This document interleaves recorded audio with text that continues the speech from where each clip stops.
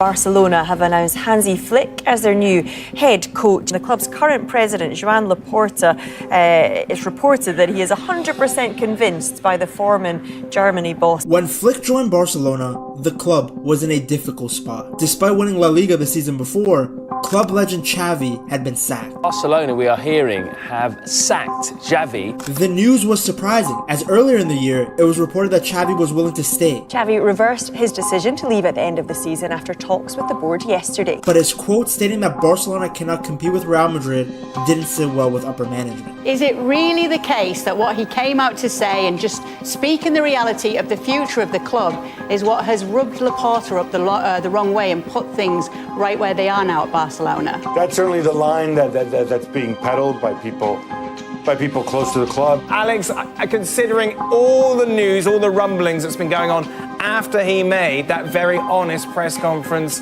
where he said basically we're a completely different level to Real Madrid, there was almost an inevitability about this. Instead, Flick has come in with a new no-excuse mentality. He has hit the ground running, winning game after game as the German instilled his philosophy and playstyle quickly onto the team. New guy comes in and everything he's doing is brilliant. So what exactly has Flick done that has allowed him to get such better results despite working with the same players that Xavi had? Mundo Deportivo party, what a party! While Xavi didn't have the prettiest exit, we can't ignore the fact that he's laid the foundation for the success that we're seeing from Flick. Xavi came to Barca at a time where the club was at its lowest point. Barca were sitting in mid-table.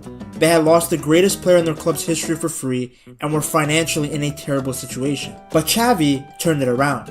They went on a 15-game unbeaten run and ended the season in second place despite being 9th when Xavi first took charge. The next season, Barca got even better. Lewandowski joined the club.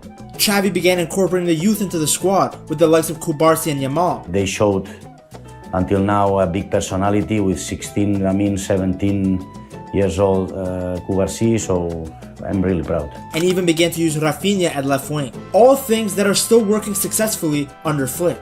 Thanks to Xavi, Barca won the 2023 La Liga title, their first league title since the 2019 season. It was all looking good, and Xavi extended his contract. It seemed like the perfect story, just like Pep and Zidane, a former player rising to the occasion in his first managerial position. But unfortunately, the next season, everything came crashing down. A string of disappointing results from December to January, which included a 4-1 loss to Real Madrid. When you don't kill the Real Madrid kill you. And a 4-2 loss to Bilbao led to increased pressure on Xavi. The play was inconsistent, and getting results was becoming harder and harder. There were no ideas, a lack of creativity in the final third, a lack of imagination and energy when they most needed. After a 5-3 loss at home to Villarreal, Barcelona found themselves 10 points behind Real Madrid. Midway through the year, and their title aspirations were already over. Seeing the state of the club, Xavi announced that he was going to step down at the end of the season. Crec que el club necessita un canvi de dinàmica i sobretot com a culer, pensant en el club, en el bé dels jugadors també, pensant en ells, crec que també s'alliberaran, estaran més tranquils. I think that's why Xavi thinks that he needs to move to the side, because he can see that the players cannot continue in this situation, because again, if you see the body language, you see the players, they are destroyed mentally and it's difficult to turn over. Funny enough, after his announcement, Barca started to play better. Maybe it was the team bonding together because they felt bad for Xavi. Maybe it's because they finally remembered how to finish the ball. Who knows what was the cause of it? But at the end of the day, that good form didn't last long. Despite making it to the Champions League quarterfinals and leading in the second leg, Barcelona ended up losing. They also finished second in the league. Now, I've watched that Champions League game back several times, and it's not really one person's fault. Did Araujo make a costly mistake? Absolutely. Even if they score, if he doesn't get sent off, at least Barcelona still have 11 players on the pitch. Their defensive mistakes are the ones that, in the end, punish them and damage their chances. But Xavi also lost his head.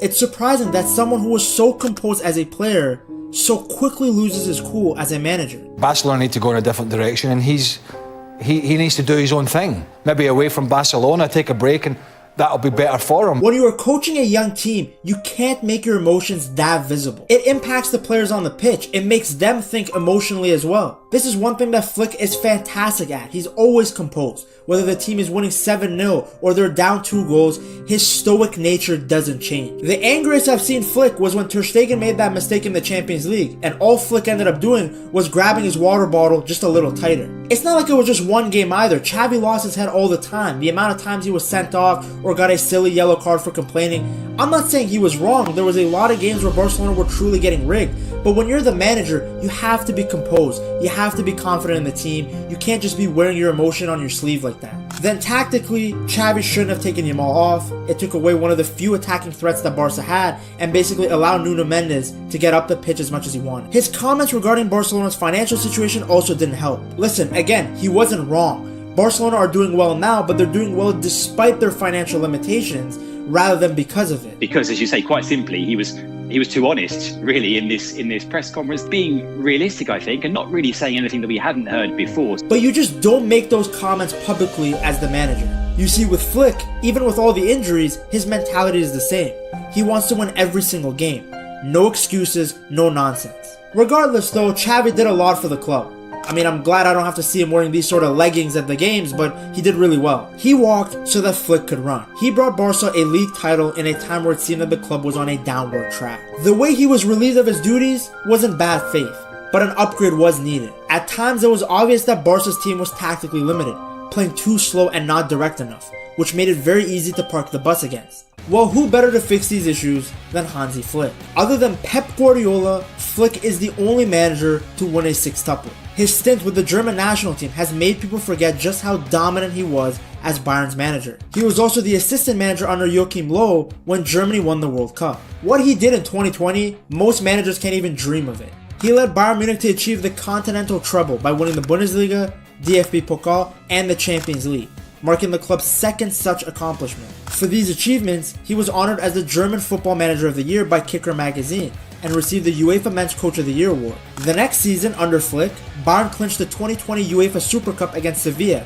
and achieved their first ever sextuple by winning the Club World Cup in February of 2021, defeating Tigres. When you see a resume like that, it doesn't come as a surprise that Flick's Barca side plays much better than Xavi's. The first thing that Flick improved was the team's mentality. Despite having so many key players injured, he never makes any excuses. You can see it in his body language and his interviews. He is never satisfied. When Barca was winning 7-0, he was pushing the team to keep scoring to make it 8. Unlike Xavi, who publicly declared the team isn't good enough, Flick made it clear that he will work with what he has and that the squad is capable of fighting for all of the trophies. It might just seem like it's words, but language matters a lot when you're managing a squad. It shows belief from the manager, and that belief is transferred over to the players. It's also evident in Barca's style. The team doesn't stop running from the first to the last minute of the match. They seem to keep going and going, to keep that intensity, the verticality, the counter-pressing, all of that through the whole game. It's actually very impressive how quickly the players have bought into Flick's system. Usually it takes some time for a manager's philosophy to really settle in with the players, dominating everyone on their path. Barca were literally scoring for fun against some of the ugliest low blocks you'll ever see. Flick's style of play is direct and fast. Defensively, they press teams as soon as there's an opportunity. Whether it's right after they lose possession or when the other team is playing out from the back, this Barca team will hound you for the ball. Attacking wise, we haven't seen a Barca team score goals like this since 2015. Unlike Xavi's 4-3-3 with a single pivot, Flick prefers the 4-2-3-1. Two midfielders next to each other rather than a sole pivot. For Xavi, the 4-3-3 worked when Busquets was still in the squad. When you have the greatest center defensive mid of all time, it makes the system a lot easier. But when he left, there was no like-for-like replacement. There still hasn't been a replacement. It's just in Flick's system in the double pivot, he just requires his midfielders to be able to do a little bit of everything. Initially, the partnership of Pedri and Bernal were working perfectly. Pedri had the freedom to get forward, while Bernal was tasked with a bit more of the defensive duties. Bernal's injury made the situation more complicated, but Flick had full faith in Casado. The 21-year-old is perfect for the system. He is good on the ball, high footballing IQ like all La Masia graduates, but he's also a workhorse off the ball. One of those players that presses for 90 minutes. Then in the center attacking mid position, Olmo was the best. Unfortunately, Olmo's injury shouldn't be surprising to anyone that has followed the Spaniard. Talent has never been the issue with him, but rather health. But again, Flick made no excuses. he just adapted. Raphinha, by the way, has been unbelievable. I mean, he was pretty good for Xavi too. He got 10 goals and 13 assists in a very inconsistent Barca side while dealing with multiple injuries. In fact, it was really Xavi that discovered Raphinha's best position is on the left wing. That form has continued under Flick. Combine his ability on the ball with a fantastic work rate, and the Brazilian was custom made for Flick.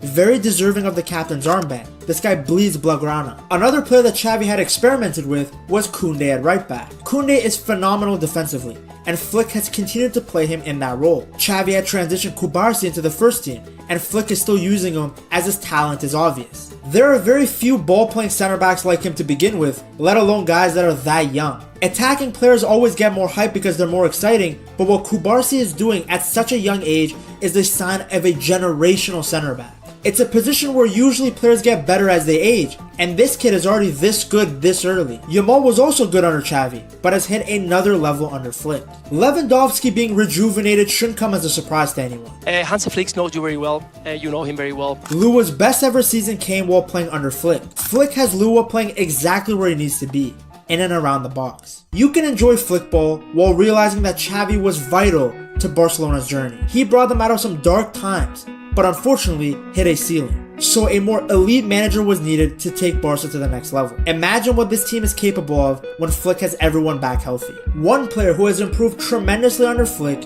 is Lamine Yamal. I didn't go into too much detail on him in this video because I've made a separate video outlining the Spaniard's journey to the top. To check it out, you have to go right here.